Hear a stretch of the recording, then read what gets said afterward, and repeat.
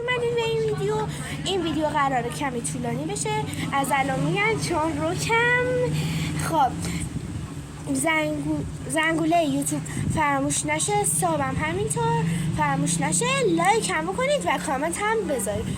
خب حالا بریم با دوستای من آشنا بشیم. این از صحنه سوها من. خب بچه ها ما قراره الان تو اگو کاری باز کن. من میگم گایز قرار امروز کلی با هم خوش بگذرونیم. قرار امروز یه چالش خیلی خفن. چالش اینطوریه هر کی تک بیاره باید بره زنگ اون خونه تهیه رو بزن و بوده بیاد. اینطوری دوربین رو عزیزم به سمت من میگید.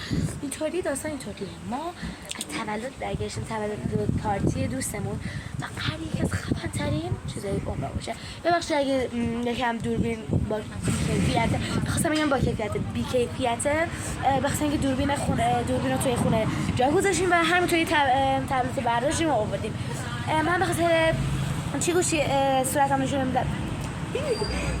نمیدم به خاطر اینکه کلا بگو پایین است، به خاطر اینکه نمیخوام چنل و اینا معلوم بشه.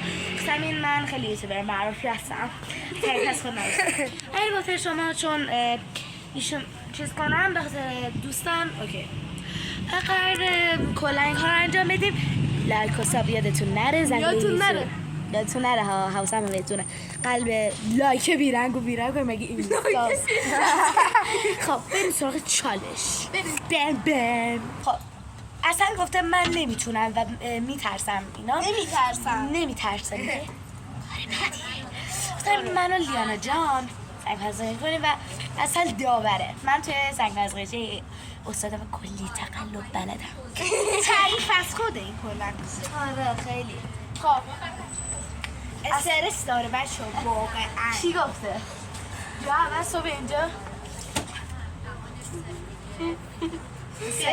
بزن بکن. وای خدا بچه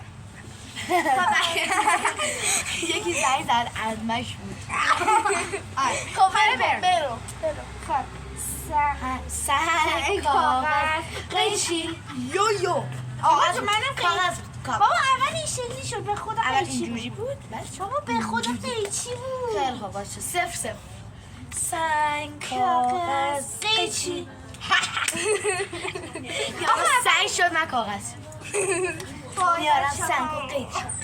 لیلا من اون سری هم زدم میخوام بزنم دوباره. آقا تو رو خدا خیلی خوب باشه. خب بزن حالا برکن. 3 دوره.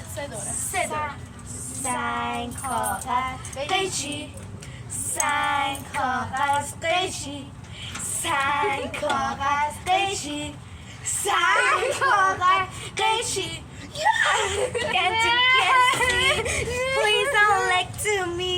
خب بریم. من وقتی دوستم خودم انجام میدم. من میترسم مامانم دوام کنه.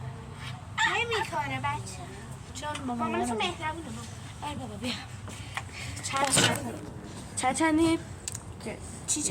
چندی؟ اصلا چندی؟ 2-0. فانسی. نیفته گوشی. تبلت.